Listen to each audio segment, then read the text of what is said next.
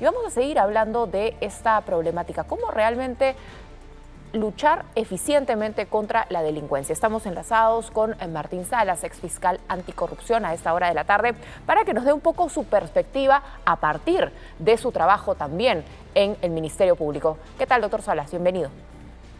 Sí, muy buenas tardes, Lorena. Gracias por la invitación. Le planteo la misma pregunta que tenemos hoy para todos los que nos están viendo. ¿Usted cree que hay un problema de coordinación entre la policía y el Ministerio Público para luchar contra la delincuencia?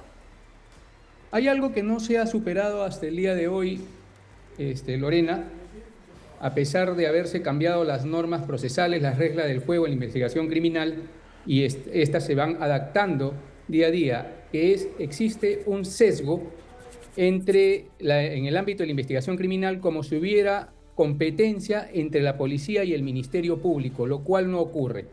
Yo te comento que en mis 20 años de fiscal nunca tuve problemas con la policía porque se trabajaba en equipo y de manera coordinada. Para eso la comunicación tiene que ser constante. Acá no existe un jefe, es un equipo. La policía y el Ministerio Público tienen que trabajar en conjunto, te repito, de manera coordinada, siempre al mando de un líder jurídico. El líder jurídico es el que le va a dar el margen de legalidad a la investigación criminal, y ese es el representante del Ministerio Público, el fiscal. Y tenemos diversos líderes en investigación criminal que son la policía. Cuando el Código Procesal Penal dice la dirección de la investigación la tiene el Ministerio Público, lo que quiere decir es que el Ministerio Público es el líder jurídico que le va a dar la pauta a la policía para que no se cometan abusos, errores y después la investigación termine cuestionada y cayéndose en juicio. Después de 5 o 6 años de juicio se declaran todas las pruebas inválidas, todas las pruebas ilícitas. ¿Por qué? Por una mala actuación justamente en este momento donde se inician las diligencias preliminares, como este operativo que ha hecho la policía. Mientras no rompamos ese sesgo y la policía se crea subordinada al Ministerio Público o algunos fiscales se crean jefes de la policía, no vamos a llegar a un buen acuerdo para poder sacar adelante a la administración de justicia.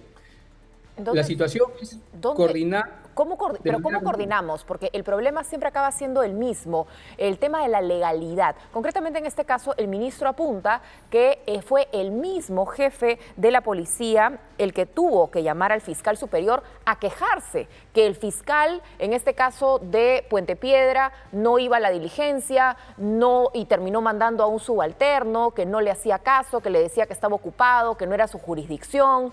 ¿Cómo realmente superar esta situación?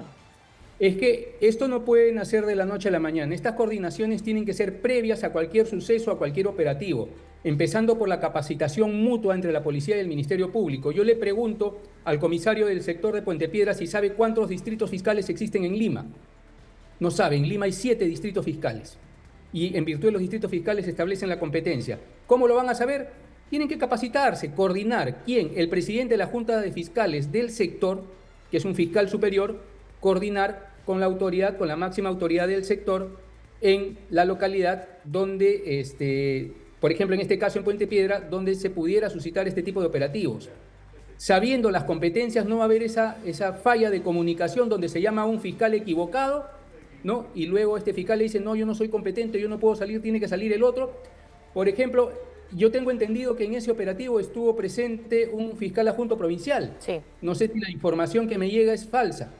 Sí, pero si fuese cierta, si es cierta que hubo un fiscal adjunto provincial, el fiscal adjunto en todos los niveles, sea adjunto provincial, adjunto superior o adjunto supremo, en mi caso yo he sido adjunto supremo, representamos funcionalmente al fiscal supremo, al fiscal superior y al fiscal provincial. Él no puede decir que no hubo fiscal entonces.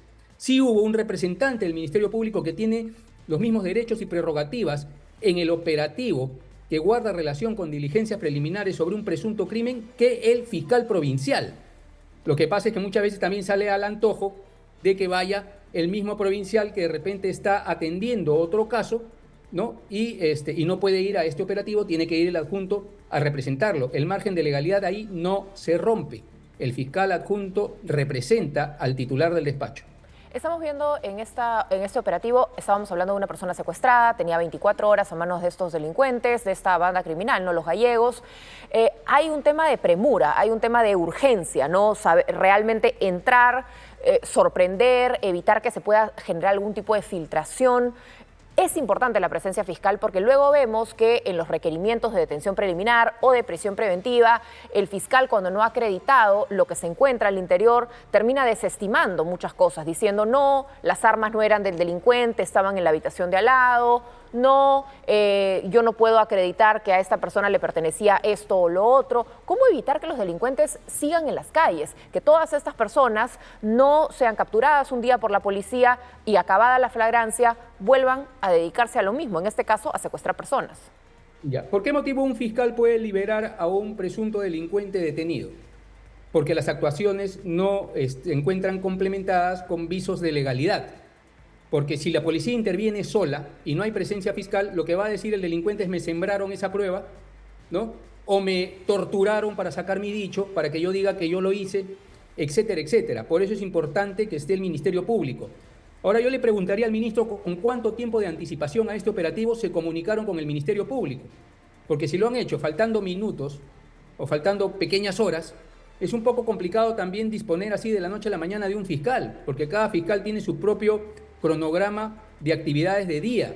Este tipo de operativos se realizan mediante informes de inteligencia de la propia policía y ese informe de inteligencia se comunica al fiscal correspondiente, que en este caso sería el fiscal de turno, en el día en que se va a hacer el operativo. Si no se hace este tipo de coordinaciones, esto va a debilitarse y cuando llegue todo el acervo probatorio recabado por la policía en ausencia del fiscal, simplemente se rompe el margen de legalidad y esto se va a caer. ¿Cómo vas a hacer para pasarlo a la siguiente etapa, para judicializar este caso, si no tienes las pruebas correspondientes que hayan sido recabadas de manera lícita y sin ningún cuestionamiento? ¿Y cómo mejorar, cómo superar todos esos problemas? Porque usted habla de las jurisdicciones fiscales, lo mismo sucede con las jurisdicciones de las comisarías, ¿no? Tú quieres denunciar un delito y te dicen, no, no pasó acá, pasó allá, vaya a otra comisaría.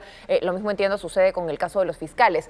No puede haber fiscales asignados a la DIRINCRI, a las investigaciones criminales. Hoy que estamos luchando contra estas organizaciones criminales que secuestran, donde cada minuto cuenta. En el Ministerio Público existe un pool de fiscales que están a disposición justamente para la inmediatez de este tipo de casos, a disposición de la Fiscalía de turno.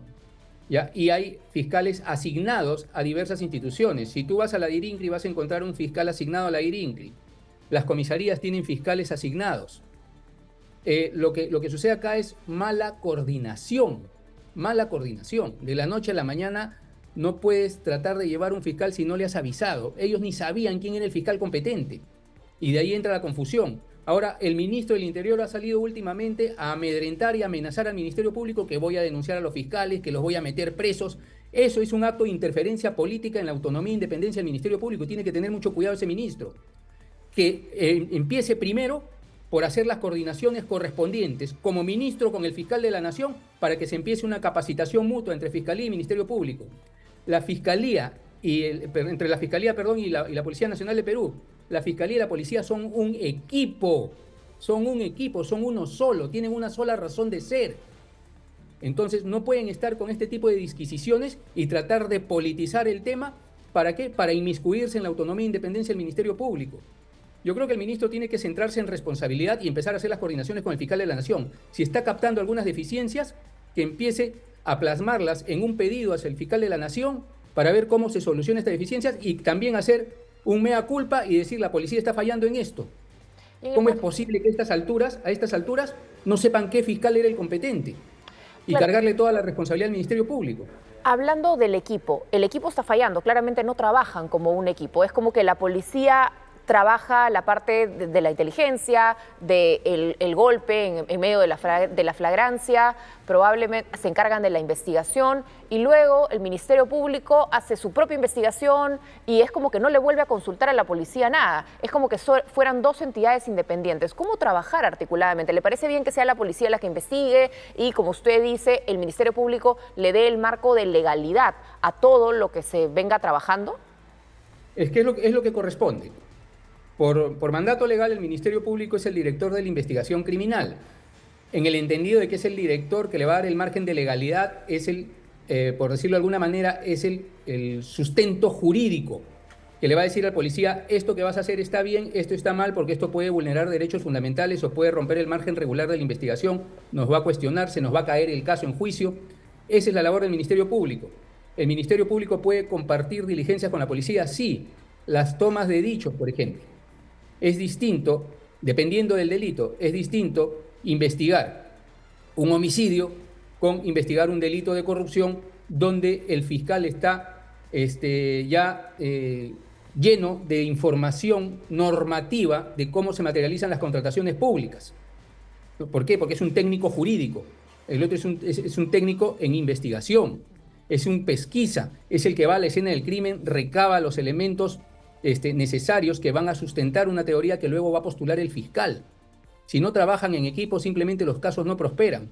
Yo te comento un pequeño anécdota nomás. Un día me llegan 5 delincuentes a la Fiscalía de Turno de Lima, cuando estaba como fiscal de turno en Lima, y eran delincuentes ranqueados que allá habían salido de prisión, vale decir, habían cumplido condena. Los encuentran dentro de un vehículo con lunas polarizadas, con pate cabra, con soga, todo para romper una puerta. Y me los traen detenidos y me los ponen por robo todavía. En esas épocas se hacía todavía los atestados, ahora no se hacen atestados. Entonces, cuando yo reviso y le pregunto al policía que me los trae, yo te pregunto, tú los estás deteniendo por flagrante delito. ¿Tener una pata de cabra es delito? ¿Tener una soga es delito? ¿Estar dentro de un carro con lunas polarizadas es delito? No, eso no es delito. ¿Qué tuve que hacer ahí? Simplemente por esa mala intervención policial que debieron dejarlos actuar si los estaban siguiendo, debieron dejar que lleguen a la puerta, que rompan la puerta y ahí detenerlos. Por esa mala actuación policial tuve que liberarlos. Y al día siguiente obviamente salió en un diario limeño que fiscal de turno suelta a 5 delincuentes, ¿no? Pero si no había nada, ese es el margen de legalidad que le tiene que dar un fiscal. Quería hacerle la consulta a propósito de estos cambios en la ley de organización criminal respecto a que tienes que avisarle a la parte investigada que vas a hacer un allanamiento. Hemos visto ayer un allanamiento a un búnker, hemos visto hoy el tema de esta liberación a un empresario secuestrado. ¿Se ha hecho algún cambio? ¿Hay alguna dificultad real para que la policía pueda seguir sorprendiendo a la delincuencia a partir de este nuevo marco normativo? Por supuesto que sí. Dentro de la investigación criminal existen lo que se llaman actos de investigaciones secretos. Los actos de investigaciones secretos están constitucionalmente sostenidos, ¿ya? Y se basan justamente en ese factor sorpresa al que te refieres para recabar la evidencia y evitar de que ésta desaparezca. Claro. Entonces, si tú le vas a avisar antes de un allanamiento al cabecilla del Tren de Aragua que vas a llegar a su domicilio a hacerle un allanamiento, te va a esconder las balas, te va a esconder las armas, te va a esconder todo lo que provenga de la actividad ilícita a la que se dedica su organización. Y encima le pide presencia de abogado. O sea, tengo que llamar al abogado para decirle, señor abogado, mañana voy a estar en la casa del cabecilla del Tren de Aragua haciéndole un allanamiento. Definitivamente debilita la investigación y la lucha contra la criminalidad organizada en el Perú, que tanto nos está golpeando. Pero esta ley nace con un sesgo totalmente político para favorecer intereses propiamente políticos. Tenemos el 80% del Parlamento investigados en la Fiscalía de la Nación y este 80%, gran mayoría de ellos, están investigados por presunta organización criminal. ¿Qué hacen? Dicen, no hay presunta organización criminal si los delitos que se hubieran cometido no son mayores a 6 años. Claro, se traen abajo que la posibilidad de que una organización criminal cometa delitos de colusión en su tipo base, cuya pena es no mayor a 6 años, delito de tráfico de influencias, cuya pena es no mayor a 6 años, y es el delito más asiduo en nuestro sector político, donde todo lo trafican para nombrar a un tribunal constitucional, etcétera, etcétera, ¿no? Y en ese caso, por ejemplo, en esos dos casos que le mencionaba, el búnker y en el caso del empresario secuestrado, ¿cómo sí se ha podido hacer este allanamiento sorpresa? Ya, porque todavía no está vigente la ley, pero entiendo que por una cuestión de margen constitucional, el Poder Judicial podría hacer un control difuso y decir no aplico esta norma, ¿no? Porque acá hay conflicto de derechos fundamentales, claro. Y te explico. Uno es el derecho fundamental de defensa, que sería un derecho fundamental individual, el que alegarían los presuntos integrantes de una organización criminal, y otro es un derecho colectivo, un derecho fundamental colectivo que nos compete a todos. Todos tenemos el derecho fundamental por mandato constitucional de vivir en un lugar, en un país sin corrupción.